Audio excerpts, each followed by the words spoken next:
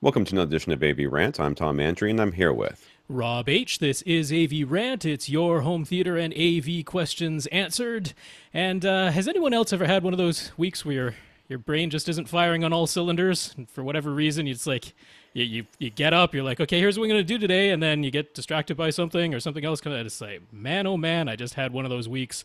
So I am to blame for tonight's recording being a day late. Tom made a Herculean effort to be here at our normal starting time. That wasn't going to originally be the plan. So thank you, Tom. Thanks. Sorry to Wasn't everyone. Herculean at all. We'll get to all this. First of Okay. all, there's no blame in AV Rant. I mean, we blame others. We do not take blame ourselves, number Okay. one. Number two, who cares? We start whatever day we want to. This is a hobby. It's not like we're getting paid. Well, I Uh, don't like disrupting your schedule, So it's really not that much of a disruption. So it's fine. If you guys start a day late, it's not a big deal. It doesn't bother me. Like any day of the week, pretty much works. Only time it bothers me is when it's in conflict with my climbing. I don't climb anymore on Tuesday nights. I used to all the time, but the climbing gym is stupid busy on Tuesdays. yeah. I said I was gonna be late today because I am, I guess, unabashedly a Pokemon Go player. My entire Ah, family plays Pokemon Go, and they okay. released the last 3 weeks is the third week in a row. They've released a brand new legendary raid bird Yep. thingies, and Yep. everybody's running around like maniacs trying to catch them. Like huge swaths of people, like 50 cars at a time, will go through St. Petersburg, stopping at various places, doing raids, and then moving on. And I was like, well, it's going to be the first day of Zapdos, which is the last legendary bird they're putting out. And I know I'm going to want to catch it before my kids do. Because if I don't, then what kind of father would I be? Oh, But luckily they released it a couple hours earlier than they normally did, so we actually got a chance to raid last night. Last night I went out and caught two, so now the pressure was off, and we went to ice cream instead. So nobody, awesome. yeah, Fair it's. warning to anyone who might be a new listener. There's a possibility that Tom and I are geeks. That I could didn't even. be I the watched the first series, like every once in a while. I watch an episode of Pokemon on TV. yeah. Never played the card game. Never played any of the video games. None of that. Right? None of that. But this game is perfect. My wife wants to go out walking all the time. Ah, It's right. perfect. So I'm like, you guys want to go walk? It's impossible to get children to go outside and walk. In Florida in August, does not happen. Me and my wife started playing this game a year ago. So in August in Florida, we would tell the kids we're going to go Pokemon Honey. Do you want to go? And they would Ah. take our phones and they'd be perfectly fine, sweating like crazy out there in the August heat. So it has been a year of us playing, and the kids love it. And my middle son finally got an account yesterday. Everybody else is in the reasons why my middle son doesn't have them, my youngest son does. Too long to get into, but there's perfectly semi-sane reasons for that. He just got his phone to finally download Pokemon Go. He's been trying to do it for months. Yesterday, now he's like a kid in the candy store. He can't wait to go outside and run around and go try to find Pokemon. I I I I can't. I'm sorry. Now, if you're watching YouTube, you might be saying, "Hey Tom, what's up with that shirt?" This is my new Moray shirt. This is the shirt that's going to mess with your monitor. We're going to see how your tracking is or how bad our compression is. One or the other. Doesn't matter to me. This is my new Moray shirt. This is AV Rant, the podcast that answers your home theater and AV questions. Get your questions answered. All you have to do is ask. You ask by emailing us at question@avrant.com. You can go to www.avrant.com. Leave us a comment there. Facebook.com/AVRant podcast. YouTube.com/C/AVRant, where you can see your questions answered probably on your individual video. Just look for your name, I guess. I don't know how it works. Anyways, it's amazing. So go over to YouTube and check out your video if you want to see what we look like in all of our geeky glory. Mm. There's also Rob posts the entire 2-hour podcast, the raw footage, where you can see quite clearly that no editing gets done on this podcast.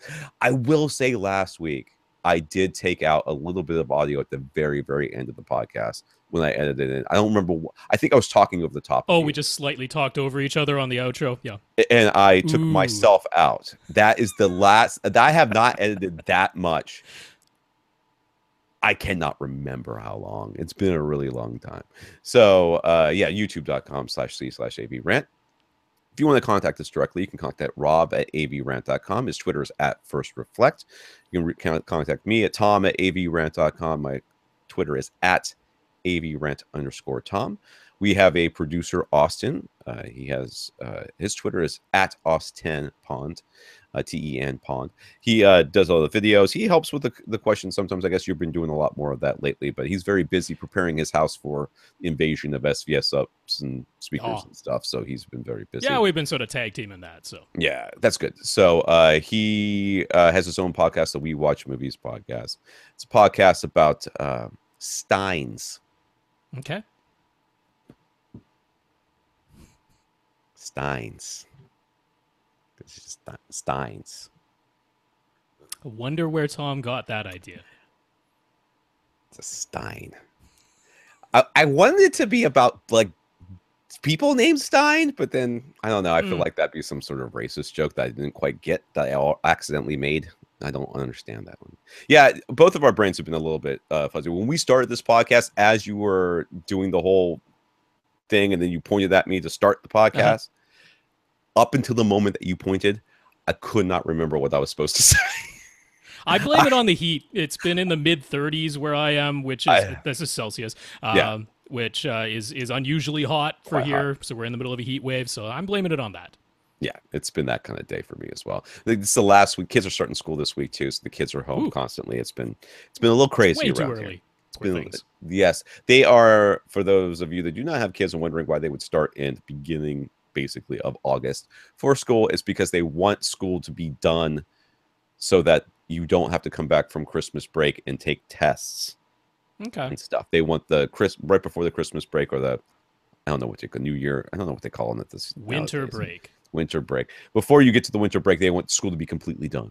So they shifted everything around to make that happen. I don't know. All right, let's start off, as we always do, by thanking our listeners of the week. We want to start off with Craig, Ron, Sandor, and Jeremy. They went to www.avrant.com, and they clicked on the Buy Us a Cup of Coffee link. That allows them to leave us a PayPal donation. That donation goes into the AV Rant coffers. That will pay for things like this program that I'm using to edit this podcast. If they ever, the audio of the podcast, if they ever stop letting me click still evaluating, which is the Reaper program. So far, I like it a lot, but I haven't really had much time to play with it. It'll also pay for our hosting fees and all of that stuff. So thank you, Craig, Ron, Sandor, and Jeremy. Yes, Craig, Ron, Sandor, Jeremy, thank you all so much for those donations. I feel like Sandor needs to have like a sword, like at all times. Like he does. Oh, Sandor. His message did come with the nickname Super Sandor, so that that works pretty well. Now he's in a band. I don't see how any of these things are connected, but okay, I'm down with it. That's fine. He wears a cape. He's in the band and may or may not own bladed weapons. We also want to thank Mark for supporting the podcast. You can support it monetarily, of course, as we mentioned, but you can support it in other ways. And Mark did by letting SVS know that he purchased a PB2000. It's a subwoofer, thanks to us. So thank you, Mark, for talking us up to SVS. Yeah, Mark, thanks for letting SVS know about that, and congratulations. Really nice subwoofer. Certain you'll enjoy it.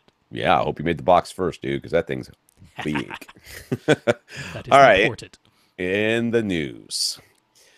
So there's been some analysis of the Apple HomePod speakers firmware, along with some leaked info about future iTunes releases. All these things point to the next Apple TV device supporting 4K and HDR in HDR10, Dolby Vision, and HLG formats. So if you were wondering if the next Apple device will have 4K in it, since Apple no longer innovates, they just iterate. They will iterate themselves from 1080p to 4K. So it seems like it's going to be good news for the next version of the Apple TV, which I believe is the 5th Apple TV at this point. Stopped Karen after always, if I remember correctly. Yeah, always. All right, Vizio has rolled out, or I guess I started rolling out their TV firmware updates that let you select streaming service directly on the TV instead of being forced to use a tablet or phone with Chromecast. Amazon Video is also available as part of the update. So, yay there. Yeah. This applies to 2017 P and M series displays right now, with 2017 E series getting the update later this summer. And for reasons I don't quite understand, the 2016 model is getting updated at some unknown date in the future, since the 2016 and 2017 models are basically identical, and especially in the M series. Hopefully not. Well, actually, especially in the P series where they made no changes other than not giving you the tablet anymore. So yeah, I'm not sure why the 2016s are on a delay, but hopefully it won't be too long of a delay. And yeah, that's good news. Apparently the experiment of saying, hey, if you want to stream something on this TV, you must use a separate device to cast to the television to do it, was a bust. They're like, yeah, put it back on the TV with a regular remote. Would have thought. Bob's your uncle. When they came out with that, I was like, this is going to be short-lived. I think I must have said it on the podcast. I think we both did. We're like, I don't know about I think that. the idea of having Chromecast built in is good. It's great. Yes. Because if you are the person who likes to use your tablet or your phone to do that, and it's all just built in, you don't need to add a separate Chromecast device, then great, cool, awesome. That's a nice feature to have built in. I agree. All right, got some comments here. Carl wanted to inform us that the sound that Rob described in a lot of Hans Zimmer's music as sounding like a string being continuously tightened has a name.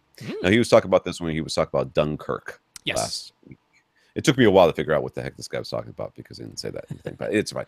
It's called the Shepard tone, named after the cognitive scientist Roger Shepard, and it's an audio illusion that uses at least 3 rising tones separated by 1 octave each, played on repeat. The middle tone remains at the same volume the entire time and only rises in pitch. 1 octave below, the tone starts very quiet and then gradually gets louder as the pitch rises. And 1 octave above, the tone starts loud and gradually gets quieter. This creates the illusion that the pitch is constantly rising, even though it's just repeating a repeating loop of this one sequence. So if the way I'm envisioning this is the lower tone goes up to the middle tone, and the middle tone goes up to the high tone goes down to the middle tone, and when they all reach those points, then it repeats. Yeah, well, it's just playing a scale, an octave scale. Yeah. So as the octave is going up, you've got this one in the middle, stays the same volume the whole time, so you hear that ascending. But then an octave below that, you hear one that fades in, so you're only hearing it as it's getting to the upper part. And then the octave above the middle range is fading out, so you hear it at the beginning, but then it fades out as it gets to the highest part. So it gives you the illusion that it's just ever rising, even though you're just playing this one octave over and over on repeat. It's cool. I didn't know it had a name, so Shepard tone. Thank you. Shepard tone. We'll put that in our lexicon. Yeah. Joseph on Twitter simply cannot understand how we have never recommended the Marigo, I don't know what I say, Audio Lab tuning dots. Now, he's, of course, being sarcastic. These things are dots, sticky. They're sticky, right? I couldn't even quite tell what they're made out of. I don't know if they're felt or a little rubberized thing or something. It's something. You're supposed to stick it on stuff. Oh yeah, you can stick it on you can stick it directly on the woofer of your speaker, apparently. Which, adding mass to your woofer, how could that possibly be a bad idea? Certainly not a lot of mass. These are like 2 millimeters in diameter. Doesn't matter. I mean, we're talking about something that doesn't have that much mass to begin with. We shouldn't, at least the woofer. And then they're like, don't put it directly on a tweeter, but you can put it on the housing surrounding the tweeter. And the one review said they put it on the window behind them. On the window behind them, directly on a tone arm of a record player. All these types of anywhere that there might be vibration, you can tune said vibration with these teeny tiny little dots of nothingness. Yeah. Okay. It's been a long time since we've talked about this sort of audio voodoo crap. Snake oil. It's not snake oil. It's not even snake oil. It's snake handling. I mean, it makes no. Any rational person looks at it and goes, But then there's people out there who really believe. And you're like, are you serious? Now, I mean, I don't know anything about snake handlers, so I'm not. I said that only because of the snake part. But let's be honest here. This stuff is not. There's literally somebody who has like a box of these things and has a website which costs them almost nothing to keep going because they whatever paid it, and it just sits up there. And if they sell one a year, they're like, well, there's a couple rounds of beer. What is it? It's like $35 for like a bag of 8 of these things. It's they don't have to sell much in order to make a humongous profit. Now and that's what these websites are. They're just It's just garbage. These people go down to whoever's doing these things. They have a source, and the source is probably the dollar store. And they go down there like, oh, I sold some, so let's go buy this $1.99 pack of things that you stick on the bottom of your chairs to keep them from making noise as you move them around. And I'll cut them down to size and send them off to these people's. It's nothing. These guys. I will say there is some usefulness to a product like this, which is that when you see the glowing review, it now tells you to never believe anything from that website. That's true. That's useful. I never believe any website that would sell that. I would not have to read a review to know that it was a website full of garbage. All right, let's get into the questions here. We're going to start with Infinite Gary. So everybody strap in. It's going to be a few minutes it's here. Infinite questions from Infinite Gary. Questions from Infinite Gary. So Infinite Gary has to say to start with, we're starting with A. We'll see what letter we end up at. I'm guessing G. That's just a guess. I have read all these questions, but whatever. I can't remember. The movie Dunkirk did not have an Atmos soundtrack for its theatrical release. Director Chris Nolan, or Christopher, I've never seen him referred to. I guess they're on first name basis. Anyway, Christopher Nolan has said during interviews that he isn't interested in using overhead audio, that he's even all that big on surround sound. But since audio Atmos is part of the Ultra HD Blu-ray specification, does that mean that the home release might include Atmos? Yeah.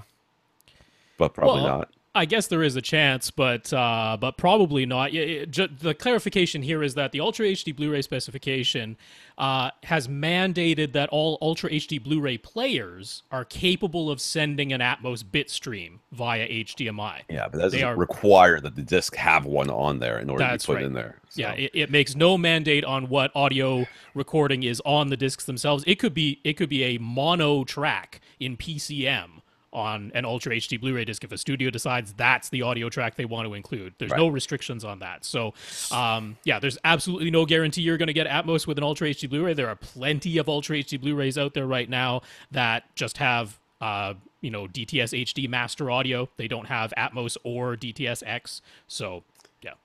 There's a real desire on my part to rail against this sentiment by, old Chris, I guess is what we're calling them these days. But I can't. And let me tell you why. The dude's got a lot on his plate. Realistically, think about, right now he's kind of the auteur, or whatever they call it. Everybody's like, oh, Christopher Nolan's going to make a movie. Everybody, give him all the money. Right? And that, he's got so much stuff to think about. Surround sound, I can understand him saying that's the thing, that's the ones falling through the cracks. I got these lenses to worry about, these different cameras to worry about, the shots, the frames, the editing, the this, the that, the that, the that. Guys, something's got to fall out. Something's got to fall by the wayside, and it's going to be the sound. I care about the picture. Yes, it's very important to me personally, and more so than a lot of times the picture might be, especially with all the stuff he's doing, which I'm looking at going, why don't you just film it and just shut up about the film stuff? Just do it and make it sound and look good and then be done with. But that's, so I'm not going to rail against it. But there is a big part of me that's like, it just bristles at the idea that somebody doesn't care about surround sound. There's still people right now who are like, stereo. Why do we need more than stereo? Stereo image is just, it can make a thing sound like it's coming from behind you if you use phase and stuff like that. Why do we need surround sound? They're not wrong. They're not right, but they're not technically wrong. I just think that they're not experienced enough. And so I'm gonna let this. I clearly did not let it go, but I am gonna let it go.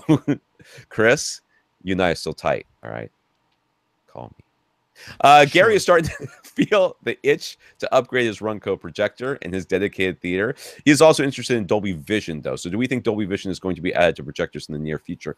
I thought you said, let's be honest here, on this podcast that they can't do Dolby Vision on projectors because of the way Dolby Vision works, right? Yeah, it seems unlikely because Dolby Vision relies on knowing pretty certainly how many nits you're seeing from a given display, which you can't know from a projector because you don't know how far away it is. And I mean, I guess if it had some sort of light meter that you could Well, this is it. It's just there's a lot of variables because nits, the proper term for them is candela per square meter.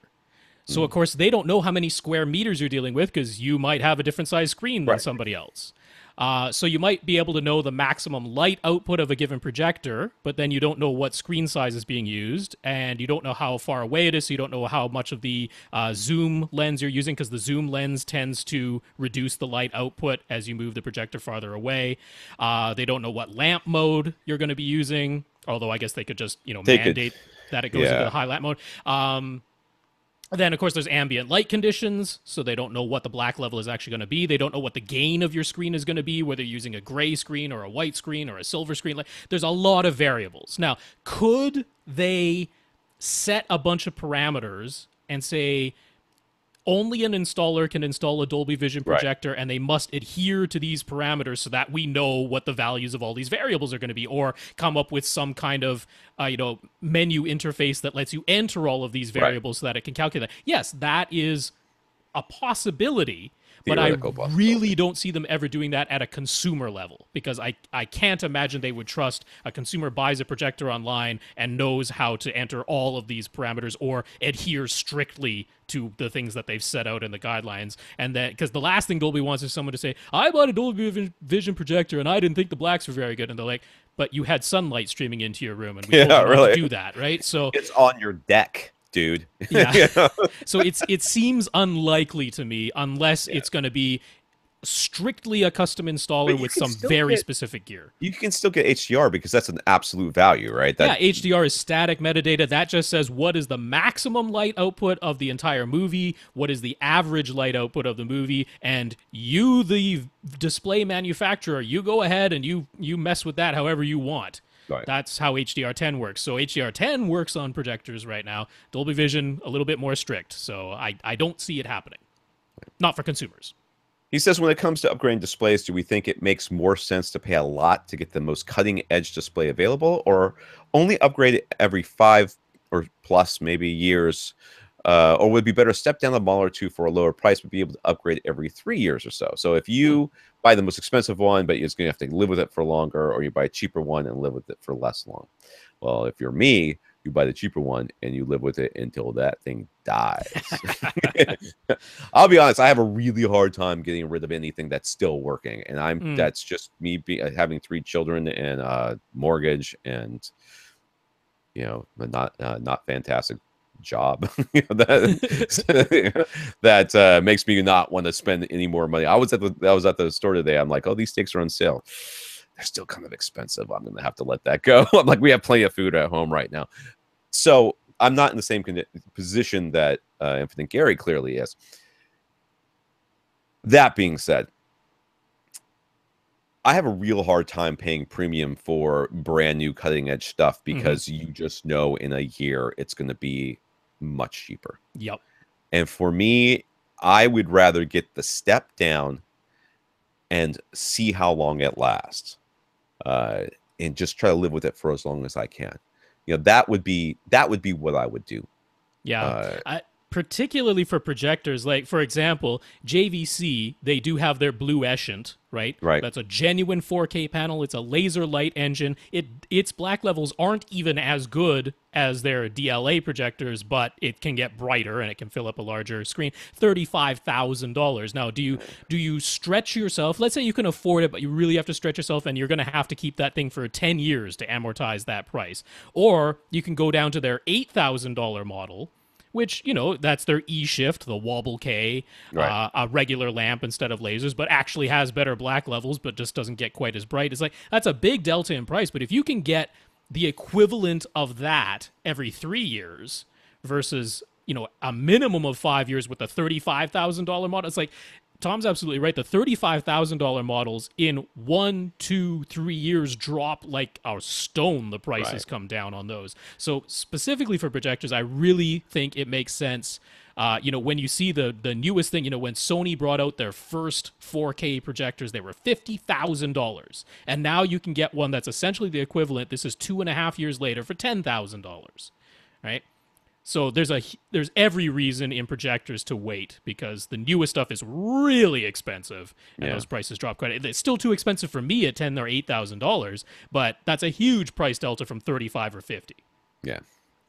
So he says since he'll probably upgrade his projector before he upgrades his processor, his AV processor, because I think his AV processor is real expensive, right? Yeah, it's He's an got the Anthem. Anthem. Yeah. Yeah. He's thinking he'll an Anthem he's going to be able to live with for a while, anyways. Mm-hmm. He's thinking he'll have to send video from his Ultra HD Blu-ray player directly to the projector while using the second audio-only HDMI output of the player to send the audio to the processor. Does this invite the possibility of lip sync issues? Theoretically, no. In practicality, everything about HDMI invites the possibility of lip sync issues. You do not have to have two different cords coming out of your player to worry about this. Now, does it guarantee you're going to have it? No. Does it guarantee you're not going to have it if you only use one cable? No. So what do? You roll the dice.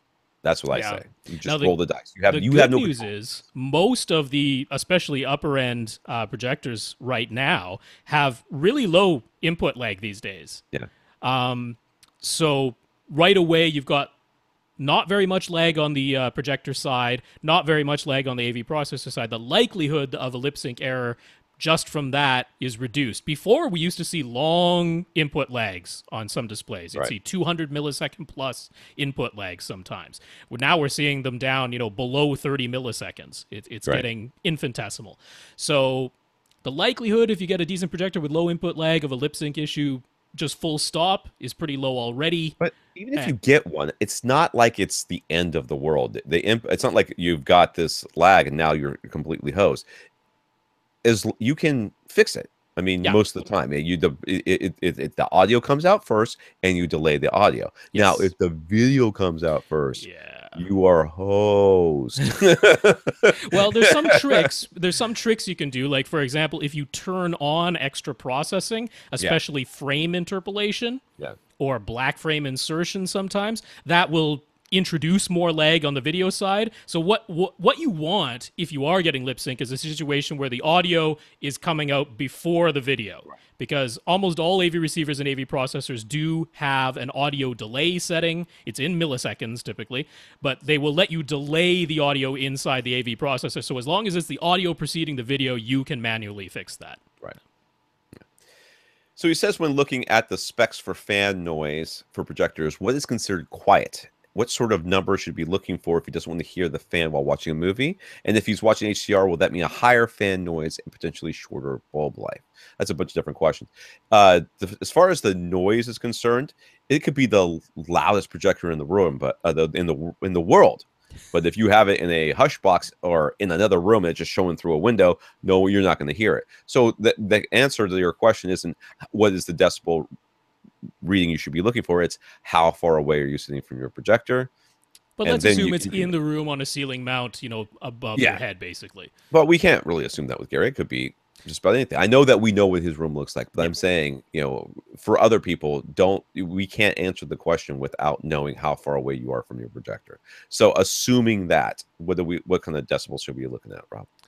Well, the other disclaimer is to say it does depend on your ambient noise levels, right? Some people have more ambient noise in their room than others. We happen to know Gary's room is very, very quiet. Which is a bigger problem because you can hear more stuff in it. If you have an ambient, 20 dB, 25 dB, 30 dB noise in your house or near your apartment, you're not going to hear stuff that somebody else might. So for most people's rooms, anything below 30 decibels is probably going to be right around the ambient noise floor level anyway. If you find one that's about 27 decibels of fan noise, that's going to be considered quiet. Not silent, but it's going to be quiet. Regardless of the situation, 27 decibels is quiet. If you find one that's 23 or lower, that's getting down to silent. That's getting down to you're just not going to hear it if it's any distance away from you. Because even a well-constructed quiet room is still going to have around 20 decibels of just ambient noise floor. So get down to 23 or lower. Once you turn on whatever you're watching too, whatever sound comes out of it, there's an ambient. I want to say, we'll call it ambient noise floor. You might hear the fan when you're in pitch silent scenes, but most movies have some sort of noise going through the entire movie. So I don't know. Yeah, 27 is definitely quiet regardless, and then below 23, almost utterly silent. Does HDR make a difference? I mean, I don't know that I Usually it know. does. Most do default into the high lamp mode once Right. you start watching HDR because they're just you need that peak light output. Yeah. So you'll Which means see you a need lot. to move more air across the bulb so you can, or Yeah. around the bulb. So So you can, a lot of projectors you will see that there's a range. It'll say, the fan noise ranges from 25 to 32. So 25 is when you're in the low lamp mode and 32 is when you're in the high lamp mode. and that will shorten your bulb's life in the Yes, high. going into I the mean, high lamp mode yeah. definitely does reduce the lifespan of the bulb as well. So yeah, watching a ton of HDR most likely will mean higher fan noise and a shorter bulb life. Now, a lot of them you can still manually say, I don't care. I know I'm watching HDR. Stick with the low lamp mode. You're not going to get the bright highlights that way, but what a lot of people are doing is they're like, we know on a projector we're not going to get 1,000 nits anyway. We're actually going to get something more like 100 nits if we went full bore. So what I really care about with a projector is the wider color, and I'm not even going to worry about the brighter highlights. So a lot of people are using on the Oppo players or on the Panasonic players, they have a strip metadata feature which says play HDR out of the player, but get rid of the flag that says go into HDR mode. That lets you keep the wider color, but it gets rid of the extra peak brightness. So there's plenty of options. If you want to keep it in low lamp mode, you can. All right. Gary spoke with his installer, who is probably getting calls from that dude every day, who suggested a JVC RS 520, which is the same as the X77 770. Excuse me. Gary's also been asking around, and most of the rumors are that nothing revolutionary is expected for projectors at SIA this year, only evolutionary. So we think we should try to hold out with this Runco until 2018. Maybe a genuine 4K resolution models will be available for less than 10 grand next year. Should he buy a JVC E-Shift model right now, or should he wait for this year's CDIA and decide then how much of a benefit is genuine 4K over E-Shift? From what I remember from the reports that we've read, the genuine difference between genuine 4K over E-Shift is, not zero, Right. but isn't all that much. Yeah. I'm going to be honest. The answer to this question is you should just be fine with getting the E-Shift and go on with your little life, and that's be fine. But this is not the answer to Gary's question, because we're answering Gary. We're not answering for everybody else. Everybody else, buy E-Shift. Yeah. You'll be fine. Gary, you should wait. You should wait for as long as you can possibly hold out before, because I think every day you wait, every trade show that comes along is going to introduce cheaper and cheaper 4K alternatives. If you can wait a year or two, I think you would be very happy with what you got. You'll be able to save a lot of money that way. Get yourself a 4K, genuine 4K. These evolutionary things is where you want to start buying. You don't want to buy in the revolutionary because those are expensive and they're going to be outclassed in a couple of years. Why buy something today? I mean, it's the same thing with cars, right? Why do I always do the car thing? Let me think of something else. It's the same thing with motorcycles. So Sorry. different. So different. It's the first time they come out with a product, it's gonna be, they're gonna do, everything's brand new. And they are trying to, make everything work as best they can. And every time they go back and they put out a new model, they're refining that. They're making it cheaper. They're making it better. They're making it brighter. They're making it, the black levels better. They're going to make it a little bit better. They have the potential of doing that for less money every iteration. If you can wait a year or two, I think you're going to be much happier with the money you spent than if you spend it right now. I say wait at least till CDIA, because CDIA is not very far away. CDIA is in September. Yeah, it's next month. So when they announce whatever they announce, once those models become available, typically in November, it means the current models are going to go on clearance. Right. Now, if this is all true and what's happening at CDIA is just going to be an evolution where it's a slight spec bump or something like that. Right. That means you're going to be able to pick up an RS 520 at a discount in November or December. So it's like, if that was good enough to buy, you might as well get it when it's on clearance. If the newest model is barely any better anyway, why pay full price for it? And that, with Gary's type of budget, that he could replace that in 2 to 3 years. If it's under $5,000, which it's gonna be, Yeah. when it goes on clearance, then you can look at potentially replacing that with a genuine 4K model in only 2 to 3 years from now with the type of budget that Gary can afford. So I say wait till at least CDA, wait till the clearance, and evaluate then. Yeah. He says if he goes for, I kind of feel like he's already bought a projector. Yeah. But if he goes for a JVC, is the RS620, which is the same as the X970, worth the higher price over the RS520? They claim slightly higher contrast and light output due to hand-selected parts, but the specs are otherwise identical. We've talked about this before, haven't we? I don't really think there's anything different between these two. No, and I'll bet you dollars to donuts you can find specific RS520 models that are every bit as good as every single RS620 model because they happen to get some good parts in that. So supposedly the 520 is the more like mass-produced one, and the 620 is like the hand-selected parts. That hand-selected, that just what that screams custom installer dealer. Oh yeah, stuff. yeah. That's just marketing for this one has a nicer case. Give us something that we can sell at a higher price. Yeah. For no real reason. Yeah. Yeah. I would. I would bet that the guts of this thing are if they're not identical, they are so close to identical that it's immaterial. Yeah, like from the 420 to the 520, there's an appreciable difference. The 520 has a whole other color filter in it, so you can get the wider color gamut. So there's an obvious difference between those two models. From the 520 to the 620, it's like I think that's a little bit of marketing hogwash, to be honest. Lastly, and this is H, so I was wrong. NHK in Japan still insists that they will provide 8K content in 2020. Clearly, that would require 8K displays, but. Quite a few Ultra HD Blu-ray reviews point out how a lot of current movies aren't even truly 4K. How they use a digital intermediate that is only 2K or slightly higher than 2K. So would there be any point to an 8K disc format? No. But and what about something like Dunkirk's that's shot on actual film that Nolan says is closer to an 18K equivalent? Would that still be down converted even at 8K? Dude, no one's going to have 8K. I want to say that, was it 2020 or 2017? No. 3 years? They're still trying to get 4K displays in people's houses. 3 years, they are not introducing 8K displays on a mass scale. Right. I just don't see it. I can see it being a thing that is available to the very well-heeled. Yeah, I mean, this is Japan, where people apparently have a lot more access to. They are very technologically savvy, and honestly, they have really small houses, and they probably sit really close to their stuff. They might be able to enjoy the benefits of 4K over 1080p, whereas here in America, with our big old great rooms, you could fit a bajillion people in them, and you're sitting 75 feet away from a 50-inch display. You're like, I don't see the difference. I'm like, I know you don't. This is sure, it's going to be available. They will show. I think baseball's big over there, right? They'll show have up one of those big, game. On the side of a building displays that's, an 8K. And yes, they just want to broadcast 8K so they can say they did it. NHK still will not let go of their 22.2 channel-based audio system. They will not let it go, even though we now have object-based audio that can scale to the number of speakers in use. They won't let go of it.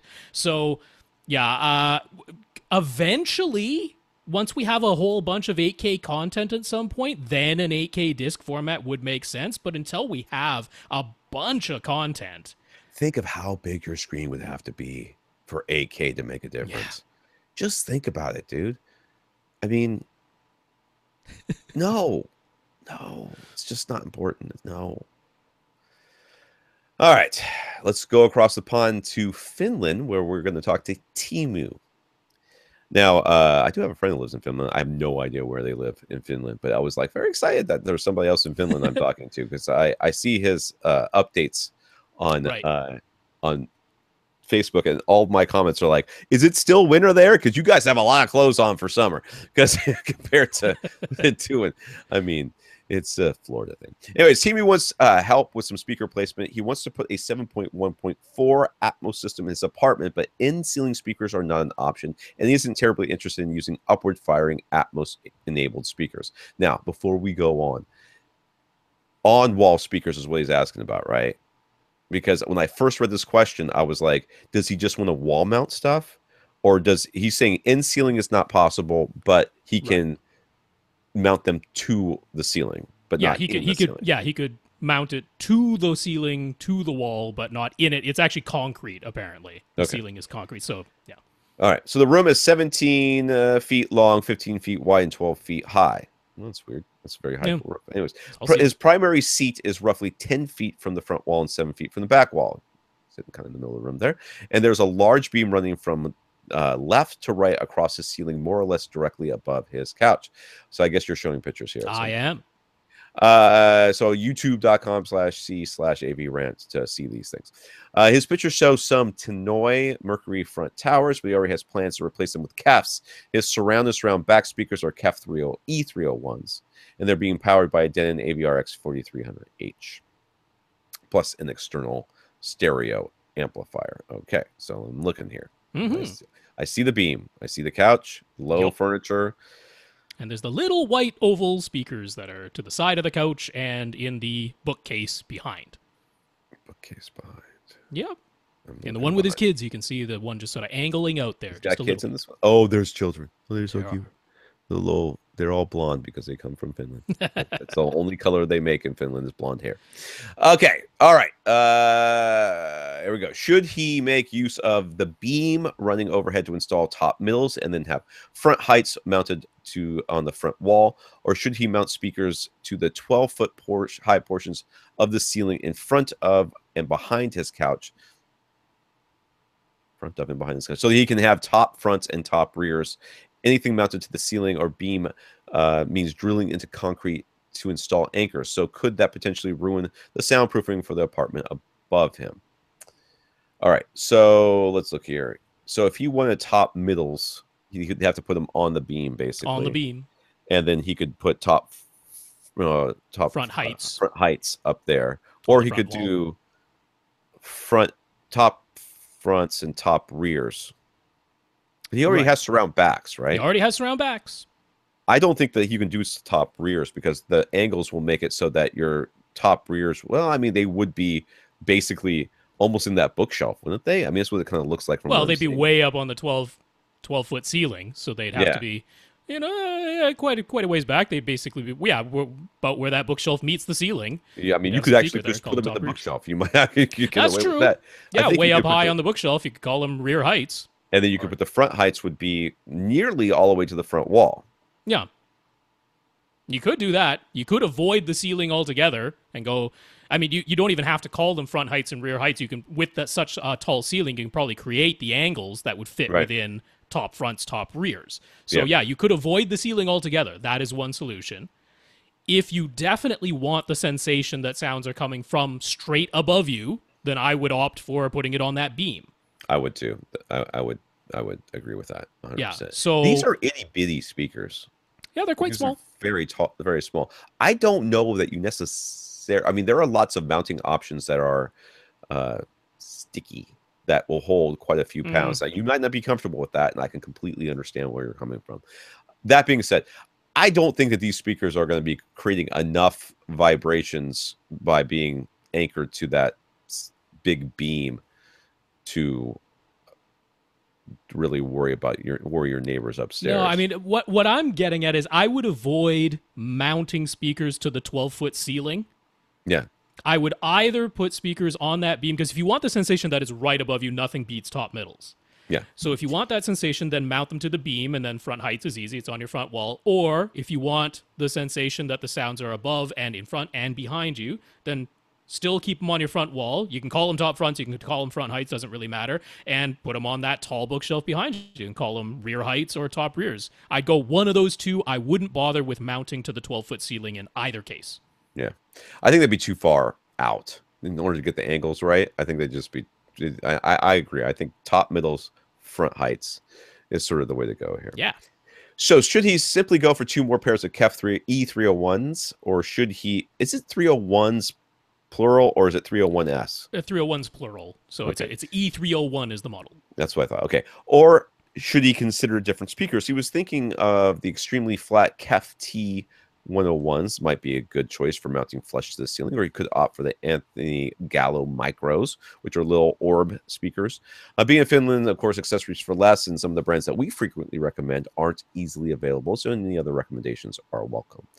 Dude, if you're happy with those CAFs, I'd just stick with those CAFs. Eddie, you're getting new front speakers that are also CAFs. I'm like, just stick with the CAFs, because I mean the E301s, you can either have them standing up, which if you're going to do the bookshelf thing, then that could work, or you can rotate, which he's already figured out because he's got them on his sidewalls this way. Right. You rotate the stand and then it can mount.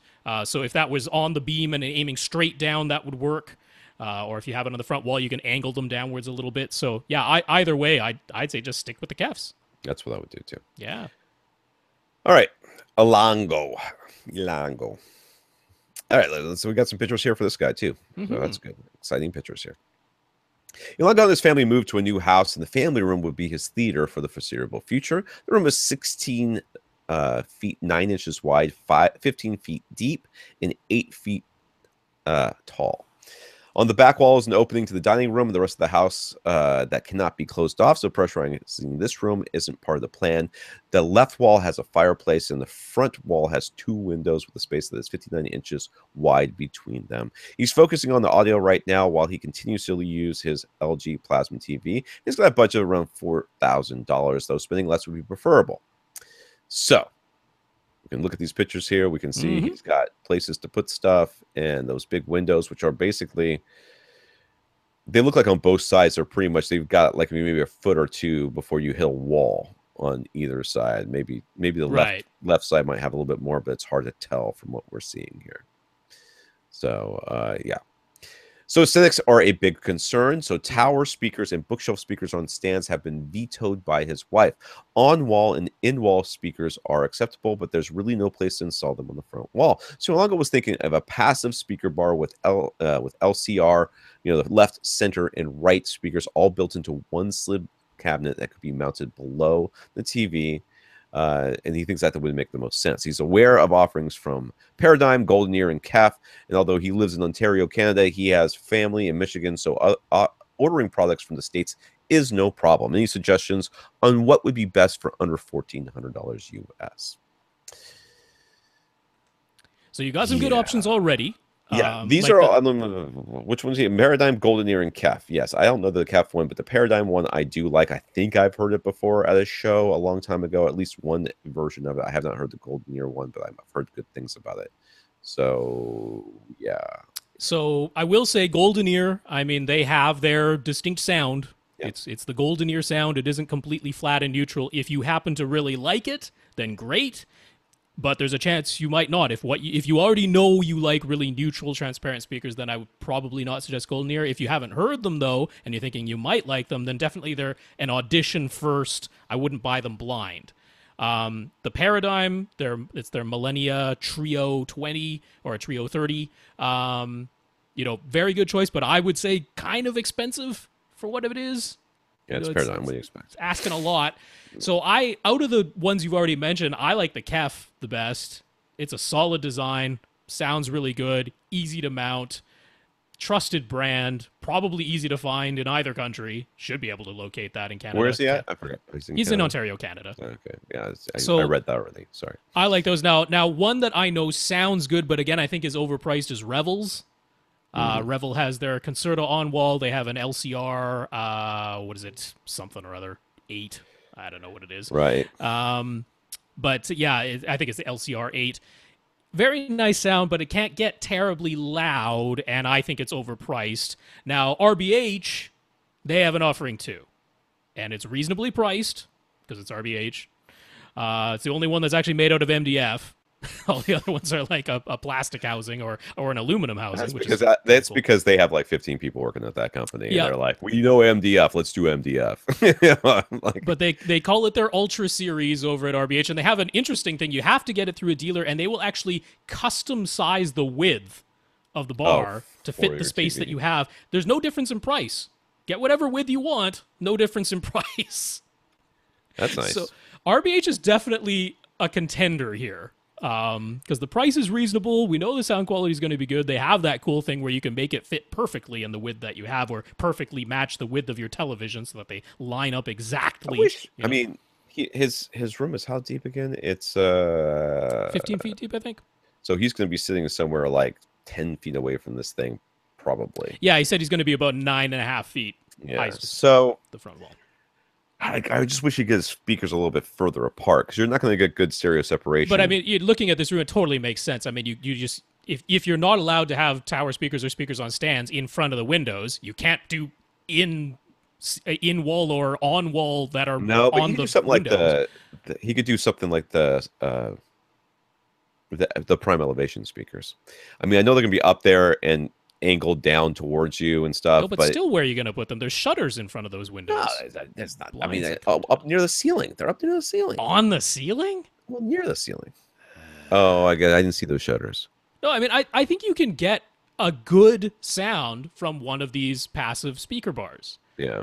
You know, I'm going to steer you towards probably either the KEF, which is definitely widely available, or I think that RBH is worth a look, especially if aesthetics are a real top concern and you're like, I know the exact width of my TV and I want it to be a perfect parallel straight line that'll come right down and the speaker bar is going to completely seamlessly match the width of the TV and look like it belongs, then hey, RBH with that custom sizing, can't beat that. They also have like speakers that go like surround speakers, or are they on-wall speakers or something? Well, that's actually kind of the next part of his whole deal there. So. Oh, okay. Let me read on then. He'll roughly have 4.5 feet of space behind his couch. So what should be his plan of attack when it comes to surround speakers? Should he stick with side surrounds only, or should he plan for surround backs as well? Should he go for in-wall speakers with backer boxes, or would slim on-walls be better? If he goes for side surrounds only, how far behind the couch should they be? I mean, technically, you could have surround backs. I don't know that I would bother. I mean, he was leaning towards sticking to 5 speakers anyway. Yeah. If that was already your leaning, and yeah, I'm going to agree. Like, I'm not going to say, oh, you must have surround backs because there's too much space behind you, and you're going to need to fill in that gap. True. It's like, nah. If you were comfortable sticking with 5 is fine here.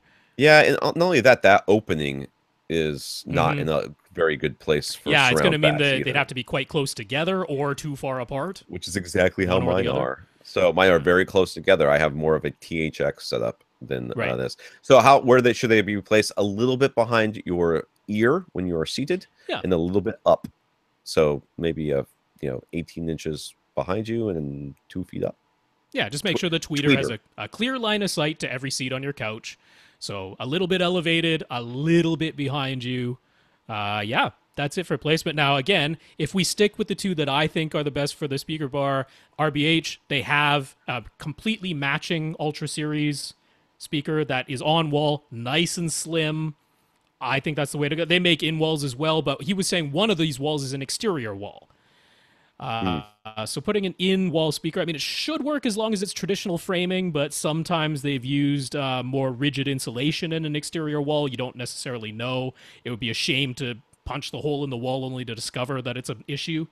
Right. So given how slim those on-walls are, and KEF does have that T-series, which is extremely slim on walls. So KEF and RBH both give you a really nice, good-sounding, slim on-wall solution that'll match their speaker bar up front. I think that all fits swimmingly, and those are the ones that are reasonable prices, too. So where should you position his Atmos speakers? They're going to be doing a lot of electrical upgrades in the house, and we're finishing the ceiling. So even though he won't be upgrading his AV receiver right away, now's the time to pre-wire for the in-ceiling Atmos speakers. What are the best positions for a setup? And if he's using the speaker bar on the front wall, does he still need to have that Atmos speakers in line with the left and right portions of his speaker bar? That's a very good question. I would honestly wire for all the positions. I mean, if you can. Oh, I see. Right. I mean, why not? I would do for top rears, top middles, top fronts, and front heights. Yeah, because he does have 4.5 feet behind him, so those could be top rears. Yeah, and that's what I would go with. I mean, if it were me, I would start with top rears and top fronts. That's probably where I would go with. Though, if you made the decision to go with top middles and top and front heights, I'd be like, I totally understand that too. So I'm down with that. I don't think you need to line up because you generally, for those of you that don't remember, your front speakers, you should have your Atmos speakers come in a line directly towards the back of your room, and along that line is where you position all your Atmos speakers. In this case, it'd probably go right through the middle of his couch. I would not place them that way.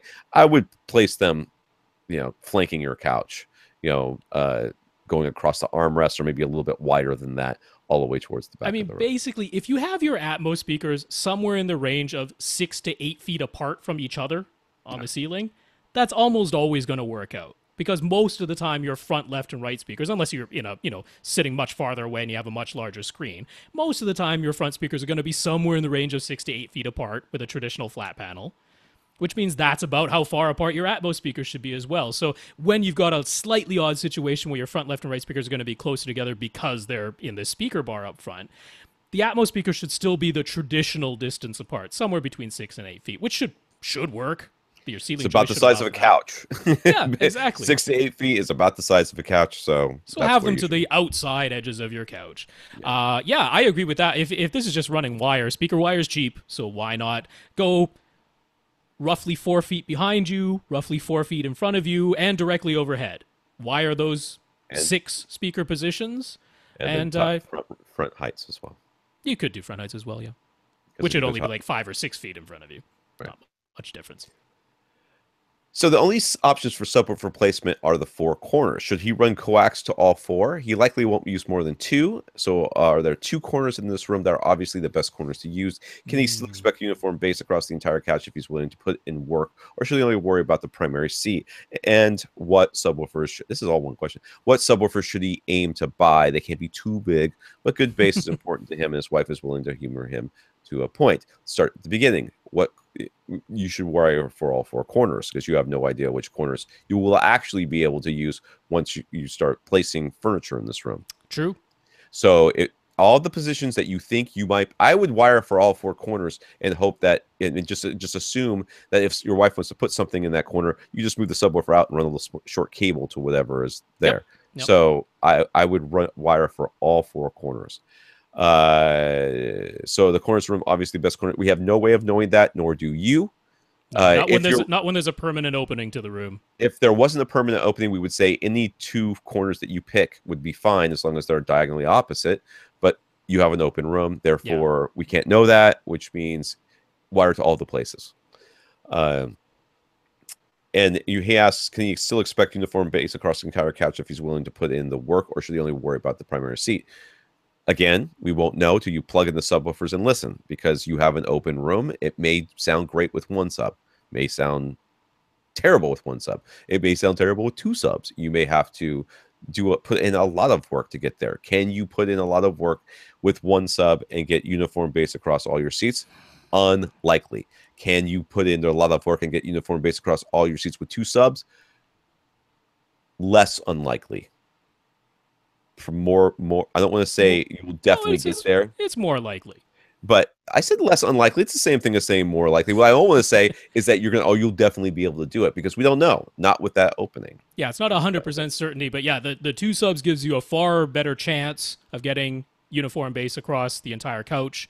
It should be doable if you're willing to play with the phase. It's painstaking, a lot of trial and error. But yeah, if you've wired all 4 positions, gives you that many more options as well. And it might be, since you have this permanent opening, it might be an odd situation where the 2 front corners, the 2 rear corners, both on the right side, both on the left side, that could end up being the situation that works out. So by wiring all 4, you've covered all bases. That's the safest. You've got the options. Yeah. So lastly, he wants to know what subwoofers to buy.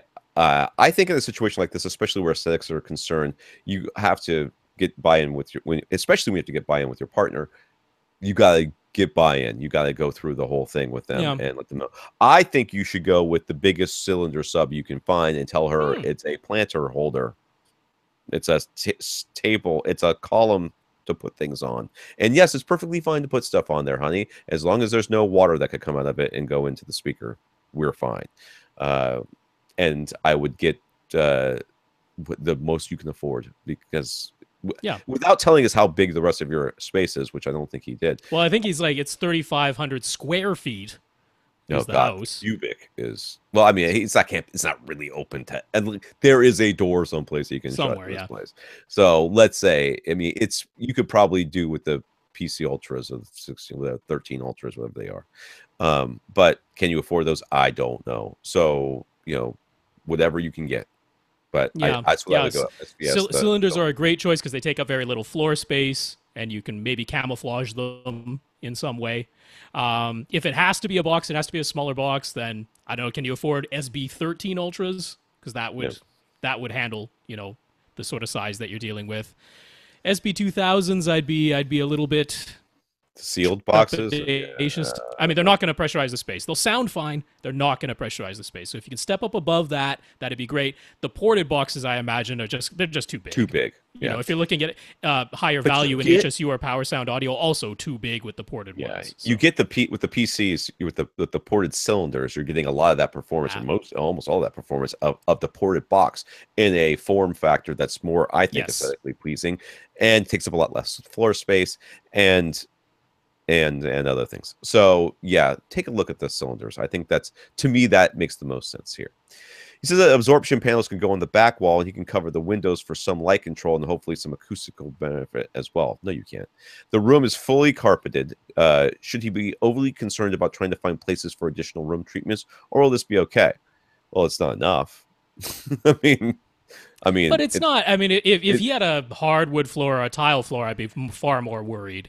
Yeah, just on the back wall. Well, first of all, you got one big gaping hole in the back wall, so it's just going out from there. So you're only filling it a little bit. I would like to see some at your first reflection points if you can. I don't think you have to do a ton. I would like to see you figure out a way to put some corner traps or some base trapping in here. But he's got that opening. Do you really need base trapping? Yeah, you're probably right. Pressure's escaping anyway. Yeah. I mean, the right side wall and the left side wall next to the fireplace, it could be a printed panel. It could be decorative. Right. Yeah, absolutely. So behind you, maybe a decorative panel on the side walls, and then you got the full carpet. I'd say you're okay. You're not in an echo chamber in this room. You're definitely not in an echo chamber. Yeah. So he could nix all of these more complicated speaker plants. Just go for one of the Atmos sound bars from Yamaha, Samsung, Sony, or the like. They use upward firing drivers, and some allow you to connect your own subs. He cares about performance, though, so convenience alone isn't enough to convince him to do this. Which will sound better? The RBH. Yeah. Like 1 bazillion%. Yeah. Yeah, the reflecting sound off of things with a sound bar is your sort of last resort. So that's my parents weren't going to let me put anything better than their house than this, so I bought them this. Right. That's what that is. Nick heard Joe Kane advocating for using bias lighting even with a projection setup, but Joe didn't go into specifics about how to actually implement it. Wouldn't a bias light wash out the image on the screen? And what if you're using an acoustically transparent screen? Could some of the bias light actually come through the tiny holes in the screen itself? So for those of you who don't remember, because this thing sold like absolute nothing.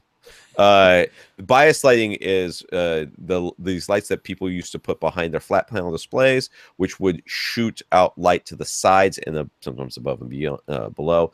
And the idea here is that the lighting, if it's the right, sometimes they change colors and stuff, and all of that stuff. But the idea here is that you don't have these massive differences in in how your eye contracts and stuff from going from a very dark scene to a very light scene. There's always a little bit of light.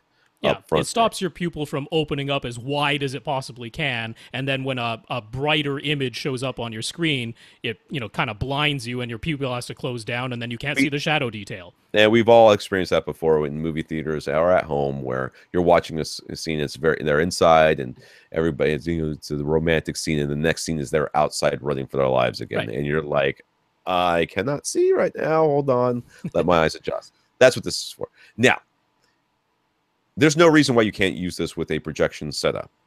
You would put the light. There's some reason why you can't. You have to be careful.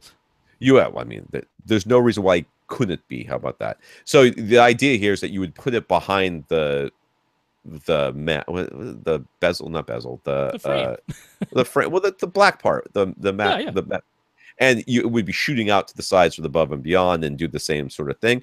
If you had an acoustically transparent screen, or even if you didn't, to be honest with you, but if you had an acoustically transparent screen, you want to make sure that no light could go back behind it.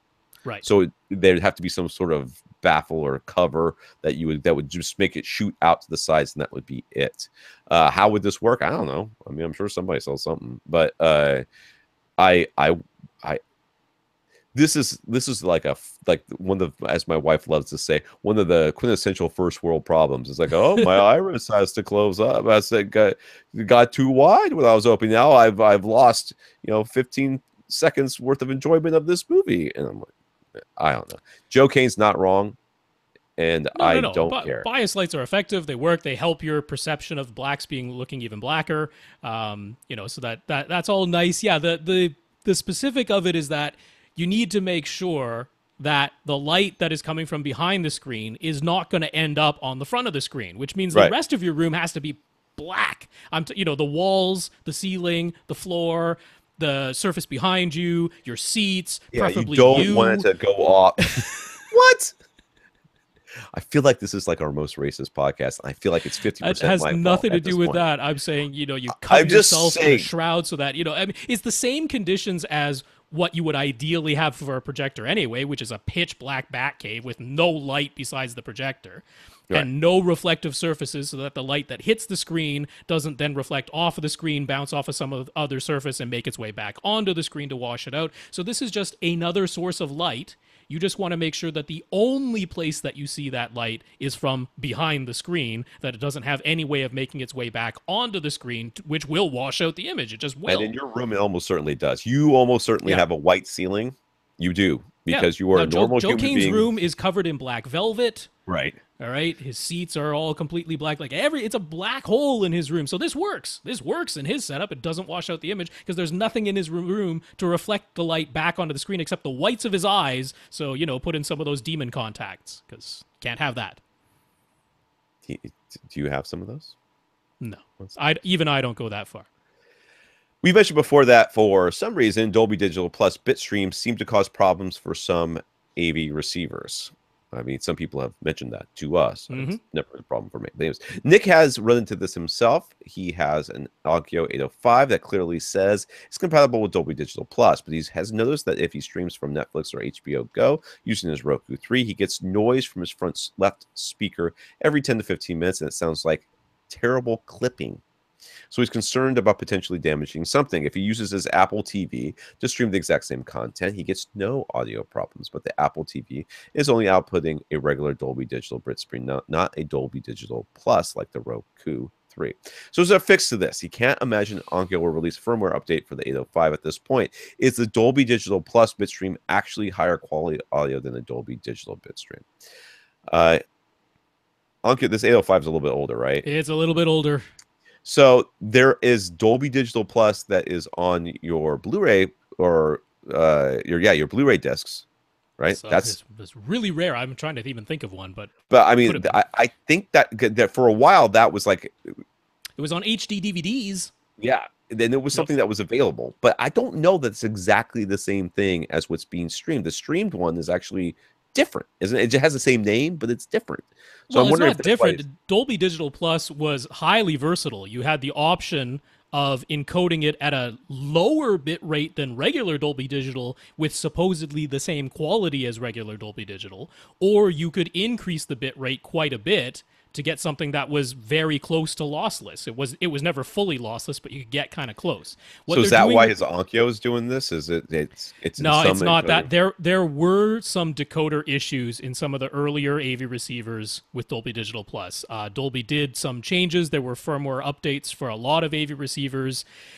If there is no update available right now for your 805, it's unlikely there's going to be a future one, which means you're just kind of hosed at this point. The fix for it was firmware updates for AV receivers that had this issue. It was a known issue. Quite a few AV receivers did get updates. If yours didn't get one, then that's kind of unfortunately the end of the story. What they're sending out from Netflix is the lower bitrate, lower than regular Dolby Digital bitrate that is supposed to sound the same as Dolby Digital. So when you're listening to it up through your Apple TV, you're getting the same quality. It's not like you're losing quality by not having the Dolby Digital bitstream in this case. One option, like in Roku's lineup, only the Roku Ultra will actually transcode the Dolby Digital Plus to regular Dolby Digital. In the case of the Apple TV, it's actually decoding the Dolby Digital Plus to 5.1 PCM and then re-encoding it as Dolby Digital. That's what it's actually doing behind the scenes. So yeah, if you have that Apple TV available to you and if it's giving you no audio problems, use that for now, because you're not losing any quality or anything like that. That's not the case. Kevin, this comes from Facebook. Kevin picked up the movie Trolls on Blu-ray, which begs the question, why? Was that a good movie? Was it good? It was. I haven't seen it, but everybody says it was a good movie. My sister loved it. When she took her kids to see it. So, yeah. All right. I mean, I might watch it with my kids then. I have access to it. Sure. Anyways, I just couldn't imagine something that you put on top of your pencil and go like this to make the hair go is something that would make a good movie. But then again, they made the Emoji Movie and the Lego Movie. And which the Lego movie was okay. I thought was pretty good, but the Lego Batman movie I loved. I thought that was hilarious. So the disc, anyways, he got it on Blu-ray. The disc would stutter even on the menu screen, so he exchanged it for a different disc twice. All 3 discs had the same stuttering problem. He ripped the movie onto his computer and played it back using Plex. The movie played fine. So, has anyone else had this issue specifically with the Trolls Blu-ray? What's his player? Because I mean, how many times have we seen like Oppo release firmware updates? And it's like for a specific disc, fix a problem on Pirates of the Caribbean, Curse of the Black Pearl. I'm like, what? Why? What? For one movie? Yes, I imagine that's what this is. That whatever player he's using, or it could have just been a bad batch of discs that got pressed, because that has happened before. That's possible. I imagine it's. And if you went to the same store over and over, it was probably all the same batch. Yeah, I mean, I haven't bought the movie on Blu-ray, so I don't know. I haven't experienced. Tom, we know, hasn't, because he hasn't seen the movie. So from our sampling of 2 people, we have no idea. Other folks can end up 0 on this side. Other folks can let us know if they've had a stuttering problem with theirs. But yeah, could be the player, could be just the bad disc. But we know that the information was on the disc because you were able to rip it to the computer and then it played. So. Yeah, that's exactly what makes me think it's not the disc too. I think it's the player interacting with the disc. So do a search. I would do a Google search for your player and that thing, and then complain to customer support. So he says if his kids would like to watch the special features that are on the Blu-ray but aren't included if he rips the disc, is there a way that he can copy the disc onto his computer and play it back exactly like the physical disc so that the special features will be included? And I know that's the case because that's exactly what Rob does. So yep, a couple ways to do it. So if you want to do exactly what you said, which is just make a 1-to-1 copy of the disc minus the copy protection, and then play it back on your computer exactly as though you had stuck the physical disc in, you can do that by starting with Make MKV, which I imagine is the program he used to rip it in the first place, because that's pretty much all anybody uses anymore. Now, the trick to do that is if you use Make MKV, normally what you do is you put in the disc, you will see the disc show up in the interface, and you will click on it, and it will do what they call opening the disc, which is that it analyzes everything that's on the disc and then lets you make MKVs, as the name implies. Well, the trick to make a 1-to-1 copy is that you must not open the disc. You must not click on the icon that shows up when you put the physical disc into your computer. You must instead go to the File menu at the top and select Backup. So if you open the disc, that option goes away. So don't open the disc, go to File menu, select Backup, and there is a check mark there to say either keep the encryption, keep the copy protection, or do not keep the copy protection. You do not want to keep the copy protection if you're planning to play it back on your computer. So that'll make a 1-to-1 copy. It'll show up as just a file folder structure. And then the only software that works on PCs now to play back Blu-rays is Power DVD from Cyberlink. So you will need to get Power DVD. It is able to play back file folders. So you open the file folder that you just made with your full 1-to-1 backup and Make MKV, and there goes the disc, exactly as though you had plugged the physical disc into your computer. That's the one way. Now, we already said he's using Plex. Right. Make MKV lets you back up the special features as MKVs. It's just they'll each be an individual file. Yeah. And the problem is if you imported all of that into Plex, you'd end up with a whole bunch of individual little files and you have to go searching through your menu to find them. Well, if you name them specially, you can have it all show up under, so you'll see the nice artwork for Trolls that'll show up in your Plex library. You click on that, and instead of only having the movie there, you'll have little subfolders that have all the special features in them. So you want to follow Plex's naming convention for doing that. It's under what they call their local media assets section. So we'll have the link for that at avrant.com. But if you go to support at plex.tv and you go to their local media assets section, it describes how to name your extras so that they will show up along with your movie. And if you want to do it that way, that's another way to do it. There we go.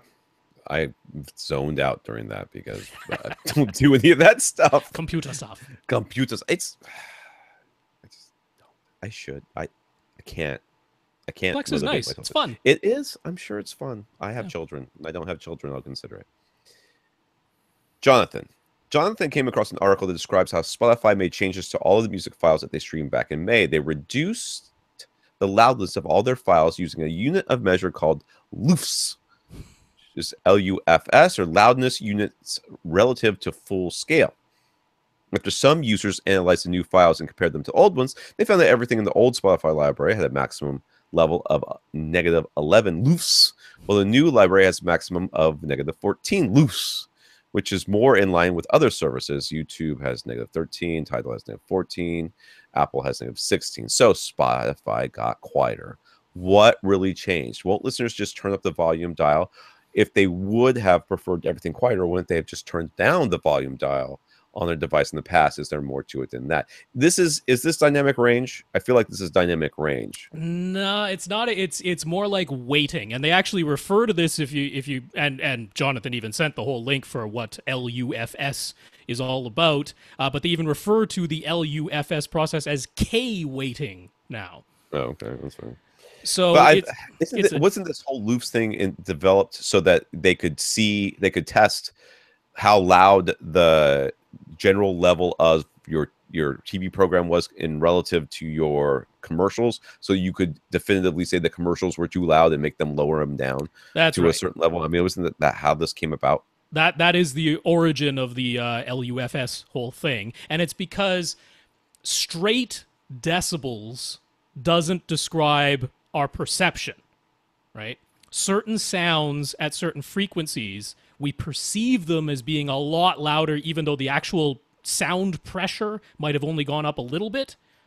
So, for example, in the deep, deep bass, the sound pressure, the actual measured sound pressure, the actual decibels, SPL, can go up quite a bit, and we won't perceive it as being any louder. It is louder, right? But we don't perceive it that way. Whereas in the mid-range, right where the human voice is, a small increase in actual decibels will be perceived as a large increase in loudness. That's so what this aims to do is say, okay, these commercials are using some trickery so that even though they're at the maximum allowable decibel range, which is the same as the maximum allowable decibel range for the TV program you were just watching, we're going to use the frequencies that you will perceive as being even louder so that it still jumps out at you. So they were saying, well, we don't want that to happen. We don't want it to seem like commercials are way louder, even though we might measure them with an SPL meter and they aren't louder in decibels, but they seem louder because they're using these specific frequencies. So that's where this whole scale, this K weighting scale, LUFS, came from. So what they're doing here is it's basically applying a filter. It applies a high-pass filter to the signal so that it sort of ignores the low bass, which, like we said, can go way up in decibels, even though you might not notice it. And it actually, on the graph, makes it look like the higher and mid-range frequencies are even louder than they are, because that's how we perceive them. We perceive them as being even louder than they are. And then it says, okay, so now with this sort of, you can almost think of it as just an offset table, right? For each frequency, we're going to offset the actual decibel level by this much so that it represents our perception of that frequency. And then we're going to use that as our scale. And so at 1 kilohertz, a 1 decibel increase is supposed to equal a 1 LUFS increase at 1 kilohertz. But everything on either side of 1 kilohertz is offset by this new K weighting scale. So now they're saying with this new scale, everything has to have a maximum level of -14, which could end up being in the mid-range something like -20 on a regular decibel scale, right? It's using this extra offset on it. So it's not just that everything got quieter. Everything got quieter would just be lowering the decibel range. Right. But it's not that. It's not that. It's lowering our perception. Right. But the other part of it is that it's supposed to mean that the sounds where you can increase the actual decibels a whole lot, but we don't perceive it that way, well, they can still get louder under this new scale, right? So you can have really loud bass. That's okay under this new scale. You just got to make sure that our perception of the mid-range isn't going to be blaringly loud. So all of this comes back to basically saying, just stop mastering all the music at DBFS regardless of the frequency. Just stop doing it. That's what they're trying to, like, this was whole Apple's mastered for iTunes initiative. It was the same thing. They're like, stop it. You stupid mastering engineers, stop it, knock it off, right? And they're actually going to implement this weighting so that even if you do that, stupid mastering engineer who just decided to peg everything as loud as it can possibly go, even if you decide to do that, it's not going to sound any louder than anybody else's music, so knock it off. That's really what they're going after. I spent a lot of time recently. I don't know why. I've been thinking a lot about movies, and I've been thinking about how much we assign blame when we watch a movie as to why something is as awful as it is. When we watch a movie like Batman v Superman, right? It's a movie that I absolutely hated. It's very easy as somebody who's sitting in a chair watching this thing say, this is terrible. A lot of people, and I see this happen online all the time, a lot of people don't like what's his name's portrayal of Superman. Yeah, Henry Cavill. Yep. I don't think there's probably. I've seen this guy in other stuff. The guy can act. I mean, he's a talented actor. So you telling me that he is personally screwing up Superman? I can't believe that's the case. I can't believe that it's not like the director's going, this is what I want you to give me, and he does something. He's like, nope, that's not it. That's too, what would actually be good. Let me, or it's the editing, or it's this, or it is a cavalcade of people.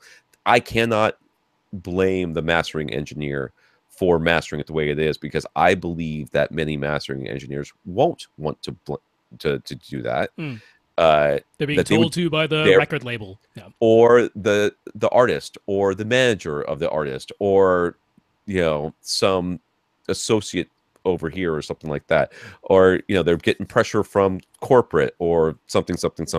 So let's not assign blame necessarily to the recording engineer, but let's just say that this trend has got to stop. It's absolutely got to stop. This idea, and we've been complaining about it for a long time. I mean, ever since was it Dina that we talked about Metallica, or was that Liz? How Metallica put out an album that was pretty much pegged. Which is even mentioned in the article that Jonathan sent. That specific thing. And it was pretty much pegged. I mean, it was the no dynamic range whatsoever. Everything was just completely, as loud as it could possibly get. And then they put out the Rock Band one, and they're like, oh, well, we have to make this sound more like our other songs that weren't this way. Therefore, it suddenly has more dynamic range. People like, this is dumb. And if you can tell that there's no dynamic range in the Metallica song, it must be bad, because how much dynamic range could there have been to begin with? No, the important thing here is that Spotify is now in line with all the other services. Yeah. So the whole point is, it doesn't matter what you do with the compressing the dynamic range, you're not going to sound louder than somebody else's song. That's the important thing to take away. Somebody has to do with this over at Pandora as well, to be honest with you. Because Pandora, there are songs that I play that I will just downvote, not because I don't like the song, but because I don't want to have to change the volume, because it's an older song. I don't want to change the volume to hear it, because everything else is all extremely loud. This other older song is not. And I'm like, is there anything playing? Is there anything playing? I have to turn the volume up to even tell, because usually I have it on low background music. So, Craig, Craig is now a retired veteran from the U.S. Army. Thank you, sir. And he's had the itch to upgrade his sound system. He went for an LG C6 OLED and a Yamaha RX A2050 receiver with plans to do a full 5.2.4 Atmos setup. His center speaker is a JBL Northbridge 10. I think I had these. No, maybe not. I don't know. His front, left, and right speakers are a pair of ADS L710s that are 30 years old. Yes, I've actually had those JBL speakers before. I've heard them quite a bit. He's bought a 5.1 SVS satellite speaker package plus one additional SVS satellite. And he's using those as his surrounds and Atmos speakers. He paired the SVS SB1000 sub that came with the package with an old Infinity 8-inch sub that chuffs badly. Turn that sub off and throw it away, sir. Thank you. First, he's enjoyed his L710s, but they're in need of repair at this point. Some crossover components, woofer surrounds, and potentially new tweeter replacements would all be on deck. How does he know the crossover needs to be fixed? That's a weird one. The rest of it I get, but I don't know how he knows the crossover components need to be fixed. Anyways, he's willing to spend upwards of $2,000 for new front towers. Should he bother with repairs? Should he get some SVS Ultra towers? Should he consider other towers from other brands, maybe Golden Ear Tritons or something else? How have you liked those Prime satellites? That is the first question that like, do you like the Prime satellites? In which case, you should be comfortable going with SVS. Imagine that the rest of their speakers are going to sound as good, if not better. So, yeah, I mean, we can always adjust our speakers. I've got a Pyrian. He's got whatever he is, Sand Acoustics. There's RBH. There's ton of stuff out there, but if you have a speaker company that you're comfortable with and that you like, I would go with them. Do I think it's worth repairing these speakers? I don't know. If you've enjoyed them and loved them and they sound okay with what you've got with your SVSs and it's cheaper than buying new speakers, maybe. I'll bet you get something like the SVS Ultra Towers and you're gonna go, oh wow. Oh, yeah. Wow. What I've been enjoying for the past 30 years, while it's served me very well, there is improvement to be had. That would largely be my expectation. Yeah. I would keep it as simple as this. One, I think if you just got the SVS Ultra Towers, you will be very happy with them, and that could be the end of the story right there. Right. However, if you want to set your own mind at ease, SVS and Aperion are two companies that offer free two-way shipping. So get some Aperion Varus Grand towers, get the SVS Ultra towers, listen to them both, compare them, pick the one that you like more, send the other one back, won't cost you an extra penny. Yeah. So if you want to set your mind at ease that way, keep the comparison simple. Those are two excellent speakers, and you'll be able to say, yep, I for sure got something that I really, really love. Or keep it super simple, get the SVS Ultra towers, and you're done, because they're really good. So. Is this the winner of our contest? Nope. It's not. Okay. All right. SVS is allowing him to return the SB1000 sub for credit. He was intending to put said credit towards SVS Ultra Center to replace his JBL. Is that the right move? Is there a much better center for around the same price they ought to buy instead? You ought to figure out what your mains are going to be first. Yep. And then once you do that, then you can decide what you're going to do with this credit money. Yep. So if you go with the Aperions, get the Aperion Center. If you go with the SVSs, then yeah, the Ultra Center is the way to go. Completely agree. Since he's returning the SB1000 and the Infinity 8-inch clearly isn't keeping up, it shouldn't be in the system at all. If it's chuffing, I'm not being facetious. Yeah, it's bringing you down unnecessarily. It is putting distortion and noise in that room. That, let's put it this way: if you had a fan that was rattling the entire time that you were trying to watch a movie, would you leave it on or would you turn it off? You would turn it off. You would, I mean, you might get hot and regret it after a while. Maybe you would suffer through it and then turn it back on, when you couldn't take it anymore, but you would turn it off. This is something that is just making noise, that is not helping. It's only hurting. You should just turn it off and just let the SVS do what it can by itself. Having the dual sub is not helping you in this case. Anyways, He's trying to decide between the dual SVS SB2000s or dual PB2000s. The SB 1000 credit could go towards those if the Ultra Center isn't purchased. So did he tell us how big his room was? Because I don't remember reading that. Nope. So, I mean, just looking at the photos of the room itself, it doesn't look like a gigantic room, but we don't know if there are any openings because we're not seeing every angle of this room. Yeah. This looks like it could be in a living room or in a front, like a little office space that was, that doesn't have a door. I mean, so we need to know how big the room is before we can tell you what subs are most appropriate. Yeah, we can give you the info so you can figure that out for yourself, which is if you have a door on this room and this room can be enclosed, then if this is an enclosed room, it definitely doesn't look like it's larger than 3,000 cubic feet to me, if it's an enclosed room. In which case, the SB2000s would be fine. Anything up to 3,000 cubic feet, the SB2000s will completely pressurize that space. If you have a permanent opening to this room, get the PB2000s, if that's feasible, if they'll physically fit, because those will work in a space up to around 5,500, maybe 6,000 cubic feet. So, that should answer it. Basically, if you have a door... The PC2000s should be on this list, too, yeah. Yeah, the PC2000s are the same output capabilities as the PB2000s. Yeah. So basically, do you have a door or not? That kind of answers that.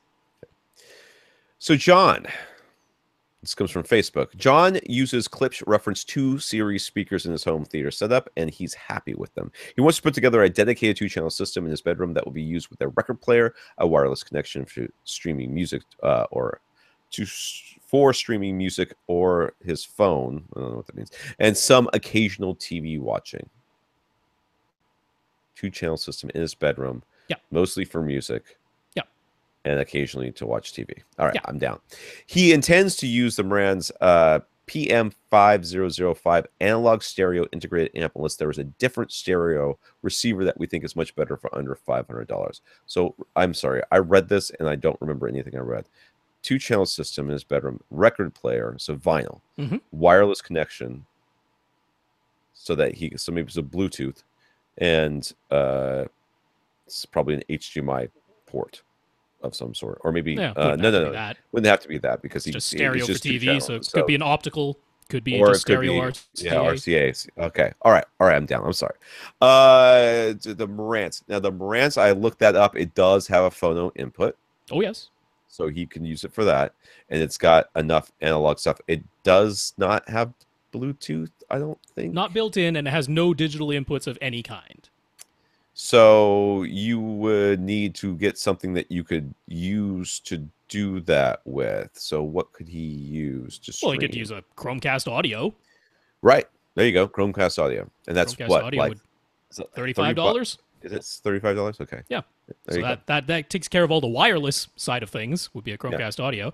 And that'll work with the analog connection. Now, I mean, I'm a fan of, especially for the television, getting the sound out of the television in a digital form. Because that's one place where very often on smaller, inexpensive TVs, the digital analog conversion or just the line-out jack is kind of noisy in the analog. So I wouldn't mind having a digital input. So Emotiva, they have their TA100, which is a stereo integrated amplifier, but it does have digital inputs. It's $400. So it's under the price point that he wanted. Nice 50 watts per channel with Emotiva amplification, so we know it'll drive any, speakers that you might be using in a bedroom. And has the digital inputs, doesn't have wireless built in, but you can still just add the Chromecast audio to it. You could use the optical connection from the Chromecast audio to keep that digital as well. Some sort of Bluetooth dongle that's optional. Yeah, it has a Bluetooth dongle if you want, but I think it's more expensive than the Chromecast audio. So that's probably true. And on top of that, the Emotiva, if you want to add a subwoofer, it does actually have summed outputs that would let you connect a subwoofer. It's not a full crossover. Right. But at least you could add a subwoofer to it. The Marantz would be a little bit more, you'd have to have speaker wire inputs on your sub to make that work. So I think the Emotiva has some advantages over the Marantz in this case. Yeah, the advantage of the Marantz is if you already own it, you only have to spend $35 to make it work. He was talking about buying it, so. Oh, was he talking about buying it? Okay, well then, all right, maybe go with the Emotiva. So he's trying to decide what speakers to buy. Looks are very important to his setup, so no plain black boxes. His budget is about $650 max. And he wants speakers that can handle rock and EDM. This is the second time this week I heard EDM. Is EDM electronic dance music? Yes, it is. Oh my god, I was right. I was like, I thought disco for a long time, and I thought like yesterday when I heard this for the first time, but then I decided dance must be it. Okay, anyways, he wants something that can handle rock and EDM even without a subwoofer. He's considering Wharfdale, Monitor Audio, Dolly, Zensor, Kef Q Series, Focal Aria, and ELAC Unify. What do we recommend? Where is he? Is he not in this country? He's in this country. I think he's in the States. Yeah, I think so. Um, He specifically said Ascend is out of the question because they're plain black boxes, and the Klipsches are also plain black boxes, which is why he isn't really like. Even though he already has Klipsch in his theater and he likes them, he's not like looks wise. They're not really up to the what he wants. what about So. does RBH still have their EMP Tech bookshelves available? Because those are They're not sold plain out black. right now. I imagine they're coming back at some point. So They that don't play down very low though. That's not RBH's thing. I know, but let's just be real here. What he says is they can handle rock and EDM. They can all handle rock and EDM. Yeah. Just maybe they don't play as much bass as I can't you want believe them you're to not play. jumping at the one in this list. It's the one I would tell him to get. Okay, which one are you going to tell me? I'm Dolly. looking at three. Get the Dolly. Well, I don't know. I haven't heard the sensors though. I don't know how good they are. Isn't that the one that you heard? The sensor? No, it wasn't. It was like a. Zensor Jesus. 3 is the one he's looking at, by the way, the larger of the bookshelf models. No, it wasn't. It was like it had a. Does that have a planar tweeter? No, not planar. Yeah, the one I was listening to had a planar tweeter. But I'd be out of these because I mean the Dollies play the lowest out of all of these. They're very nice sounding speakers. I have been a fan of Dolly just in Yeah. general. I don't know that the Kefs would be very high, and the ELACs as well. I don't know much about the ELACs. Those are the newer ones, right? The Yep. Unifies. These are the ones that are the first ones that came out, or the second ones that came out. They're the second ones that came out. They're the ones that the Unifies have the concentric driver. Right. The debut series was the debut series. Yeah. Too inexpensive to have the All concentric right. driver on those. Now we can go with Dolly. I don't care. Yeah, good. I get the Dollies. They're nice, man. Really nice. All right, there you go. That was easy. I guess. Yeah, I'm not going to argue with him. Ron, this is out of Las Vegas. Ron is thinking of adding and upgrading some stuff in his living room, home theater setup. Total budget for everything is $6,000. This one's a little bit difficult here. I got to be honest with you. I did read this question, and Doak say, so you're showing the picture right now? I'll show the diagram. Here it is. I don't know what that X is. What's that? That the is the fan? ceiling fan. Okay. There's So a the large purple X in the image. circles are the speakers that are in the ceiling, right?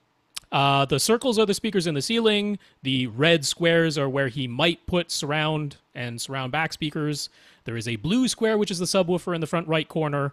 And then there's a big rectangle that's his couch, and a big yellow X above that couch, which is his ceiling fan.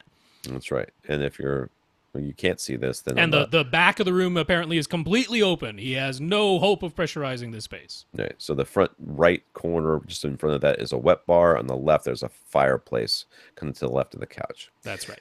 So first for the visual part, he'd like to add a projector and an electric roll-down screen in the 120 to 135-inch range to drop down in front of his 80-inch Vizio flat panel. Light output is high priority as the room is not fully dark during the day, and he's thinking 1080p as he sits 11 feet away, so 4K wouldn't matter, unless 4K or Wobble K models with HDR will get him better color and such when the room is dark at night. So what do we suggest for projector and motorized screen?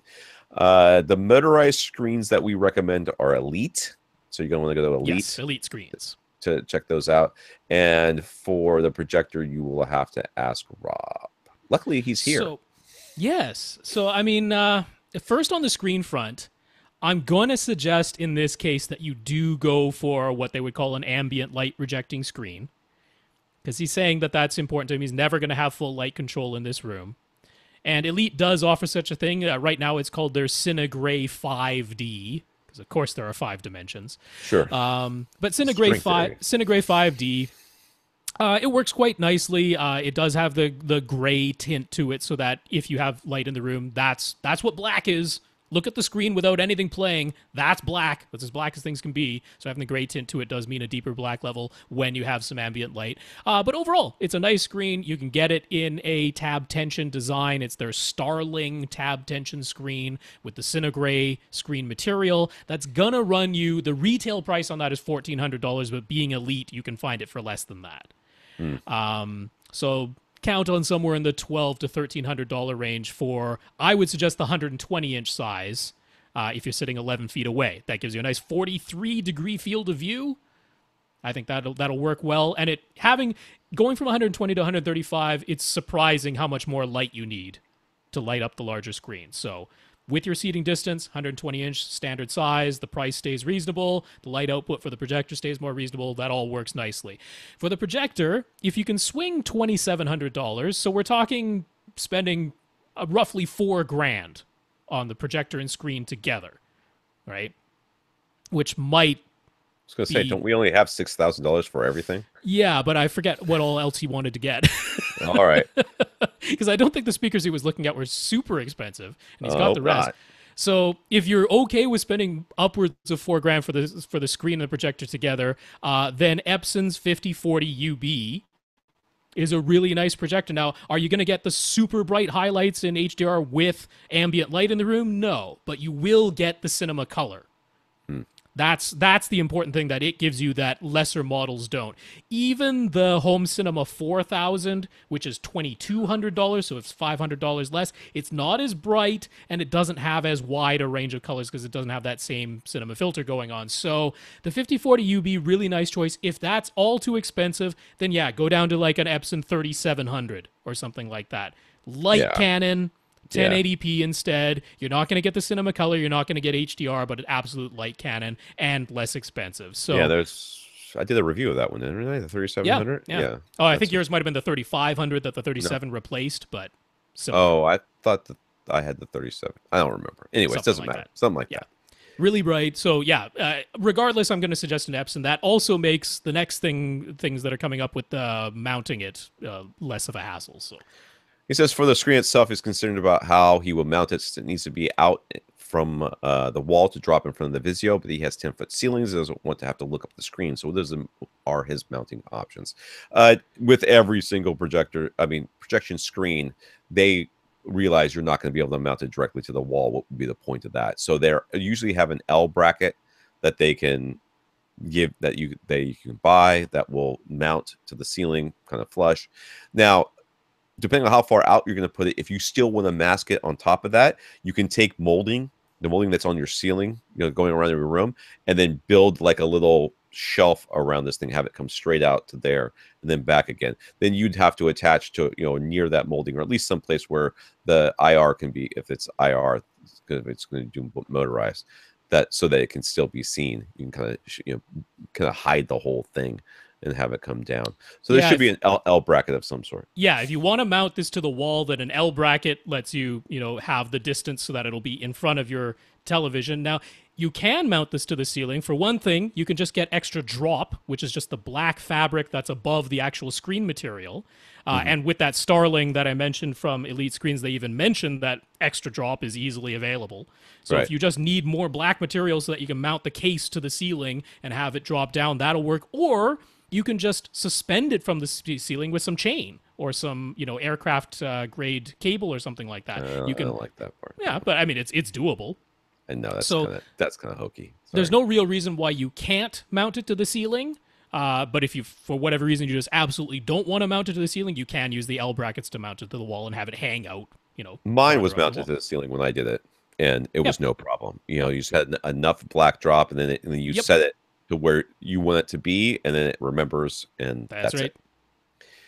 It. He's also concerned about mounting the projector as there is a ceiling fan 9 feet 5 inches from the screen wall that hangs down 29 inches from the ceiling, which is right where he expects the projector will need to be, and his wife says the fan cannot be moved.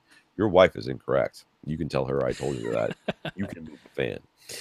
He might be able to find some piece of furniture to put behind the couch to set up a projector on top of, but that would be the least desirable option. So what are our thoughts? Do we have a picture of this stuff? We don't, right? Not the height stuff. We just have the one diagram. Yeah. If you go for one of the projectors that I suggested from Epson, and you go for the 120-inch screen size that is suggested, the closest the lens of the screen, the lens of the projector can be to the screen is actually 11 feet 10 inches, almost 12 feet away.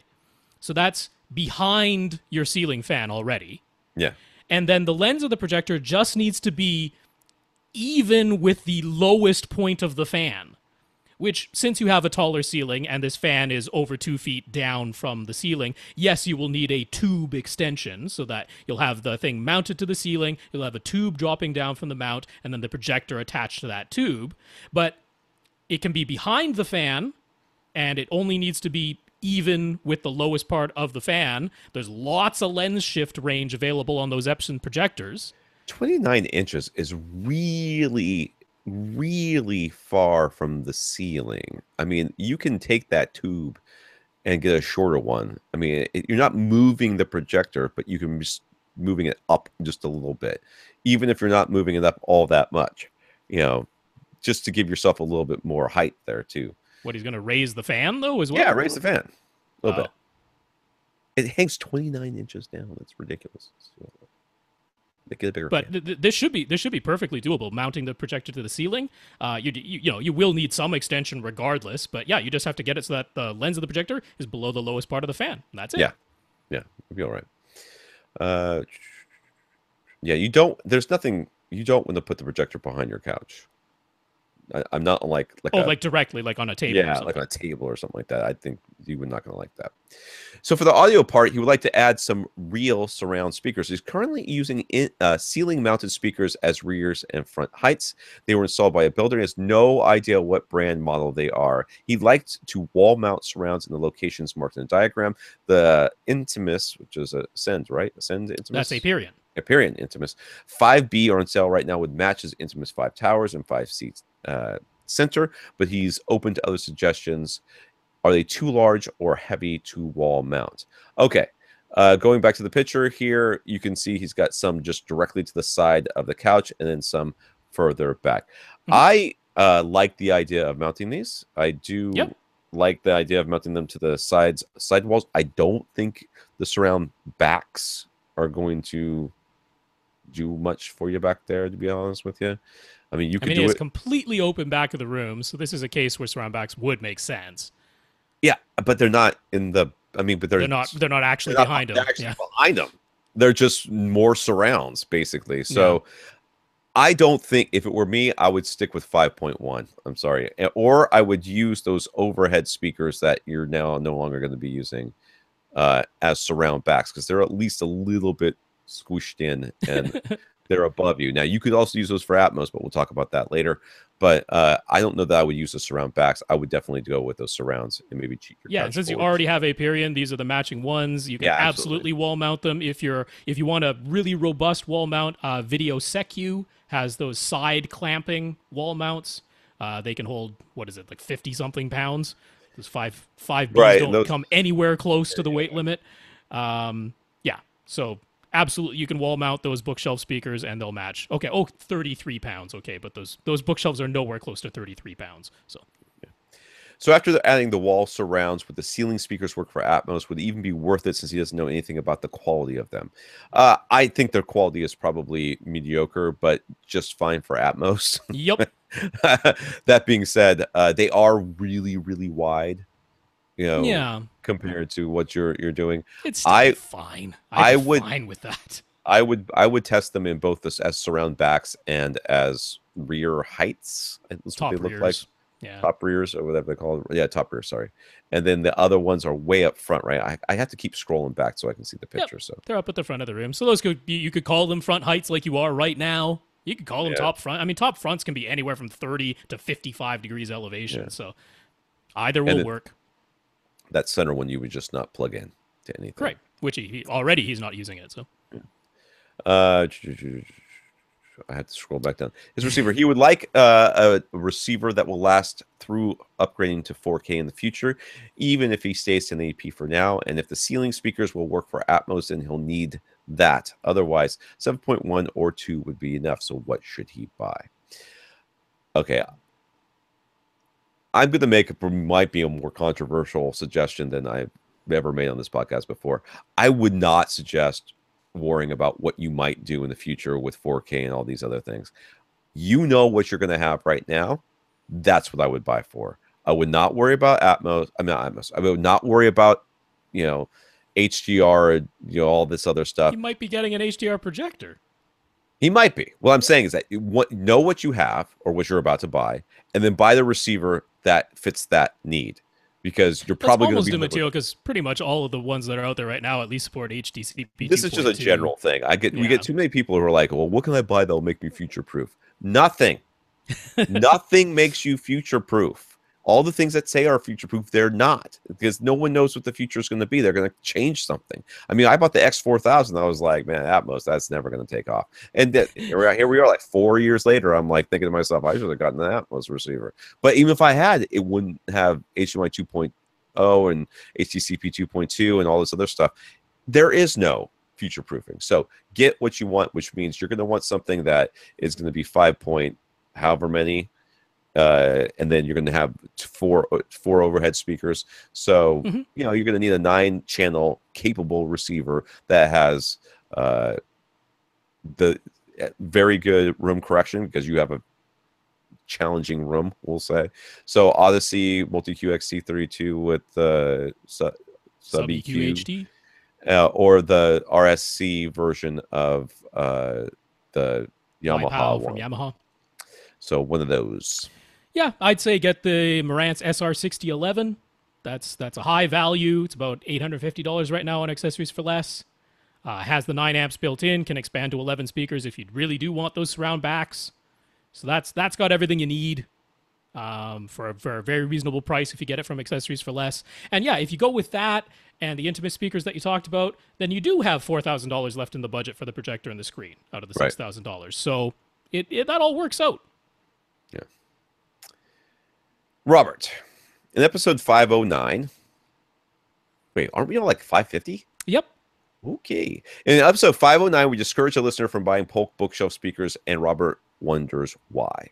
He owns some 15-year-old Polk RTI 6s. Is that what it is? RTI or RT16s? I can't tell. And they seem okay to him, although he doesn't have much experience with high-end gear. Are Polks really that bad? I mean, we give our suggestions based on our experience and what is the person is asking about, what their budgets are, and all the other considerations we come up with, or they come up with mostly. Are Polks that bad? I mean, Polks are fine. I mean, if that's what you have access to. I mean, you've had some for 15 years and you think they're just fine. That's great. I mean, you should enjoy what you have. If you ask me right now if I could suggest to you a speaker that would sound better than what you have for a particular price point, I may be able to say yes, or I may say no, depending on what price point you give me and what you're interested in. So are Polks really that bad? That is a overall value judgment of Polks, which we did not make, nor would we ever make it. Their Polk sells some perfectly fine stuff, and they sell some stuff that we're not real happy with. That's true of most manufacturers. Yeah, I would say don't feel bad. We're not trying to put down the speakers that you've been listening to and enjoying to. We're never going to do that. Anything that you're happy with is a great choice.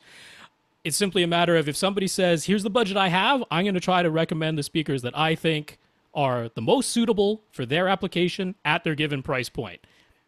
I don't recall the exact question that was going on, but in that instance, I probably pointed him to some Pioneers from Andrew Jones, or maybe I pointed him to some Ascends or Aperions or something else that I personally think it would have been the higher value at that price point for whatever the application was. It's as simple as that. At that moment, 41 weeks ago, so I mean, things have. If they ask that same person asked the same question right now, they're going to get a different answer. Maybe not. Maybe not. Same answer. Speakers don't change that much. But yeah, no, I mean, when we recommend something, that is not us saying that everything else that we didn't mention is a bad choice. That's not how it works, right? We're going on our experience, what we think is a high value that will satisfy someone's given situation and their budget. That's what we're trying to do. It doesn't mean there isn't an alternate answer that could also work. But yeah. It's our opinions. It's nothing more than that. That's right. Sandor, the Brave. The cape wearing, sword wielding, bass playing superhero. Could be. Could be. Who also sails the high seas in pirates occasionally. All right, Xandor is in the process of wiring his house for whole house audio. Speaker and amp choices are to be determined, but he's running Cat 6 and speaker wire to all wall-mounted control locations and wall and ceiling speaker locations ahead of time. He tends to end up with 6 zones, 4 inside and 2 outside. I read this question before, and I was completely confused. So let's see, after reading questions for 2 straight hours, if it's any clearer to me. Let's just say it's unlikely. His back deck is 10 feet by 10 feet, and there isn't much of an overhang above the French doors that lead from the dining room to onto the deck. He is wondering whether regular outdoor speakers will be sufficient, or if he should look into truly waterproof speakers, and like the kinds that can be installed in pools, or on boats. Also, should he opt for the types of speakers that are stereo in the single housing or just standard monopoles? My parents had those Yamaha speakers that we often recommend here on the side of their house, probably 7 to 10 feet down from their eaves, which overhung a standard amount, which is probably like 2 feet, foot and a half. Yeah, it's like 2.5, 3 feet usually. In North Carolina, where it rains, snows, and everything else there. And those speakers, as far as I know, work 10 years later. So normal outdoor speakers, I think, will be fine. Yeah, like the Yamahas. It's funny because we mention Outdoor Speaker Depot quite often for in-ceilings and in-walls and stuff. We don't ever recommend our outdoor speakers. Almost all of their outdoor speakers are ported for some reason, which makes no sense. How do you feel about animals living in? Because I feel real bad about it. Why would an outdoor speaker have a port? That makes no sense at all. The Yamahas are sealed. The Yamahas sound good. They play amazingly loud for what they are. Get the wedge-shaped ones if you can. Yep. I think those are the better ones. I like the, what is the 5 something or others? I can't remember the name offhand, but they're the 6.5-inch woofer. Yeah. I think they're sort of the highest value in the sort of the wedge shape. So it's the AW592s. Those are my favorite model out of there. They're a reasonable price. You can find them on Amazon. That's what I'd recommend all day. Oh, and I would stick with just monopoles. I don't think that you need to get... just for outdoor, you're going to have so much diffusion. I mean, you don't have any walls to bounce stuff off of. It's not going to be a problem. Yeah. So the front porch is 6 feet front to back and 22 feet wide. All right. So it's like, okay. It's completely covered overhead by the cantilevered bedroom. So the only exposure to elements is the front that opens into the front yard. Only one side of the porch will have seating, so that's where he wants speakers to be, although he'd like it if you could hear the speakers from the front yard lawn. Okay. The soffits are all open right now for some reservations, so he's thinking that if in-ceiling speakers are a good option, now would be the time to install them in this location. But he wonders if regular outdoor speakers mounted to the walls would be better for projecting the sound out to the front lawn. What are our thoughts? Get another pair of the Yamahas. I don't think that the in-ceiling... I think the in-ceiling speakers would work better if you were only trying to keep the sound closer to the house. You're only worried about that. It's... In order for it to project out onto the lawn the way that you're kind of suggesting, it would have to bounce off of something, maybe. I mean, given that it's all enclosed and there's only the one opening, you'll probably get some weird reflections that actually do sort of get sound out there. But, I mean, the Yamahas are so easy to deal with. That's easy solution to me.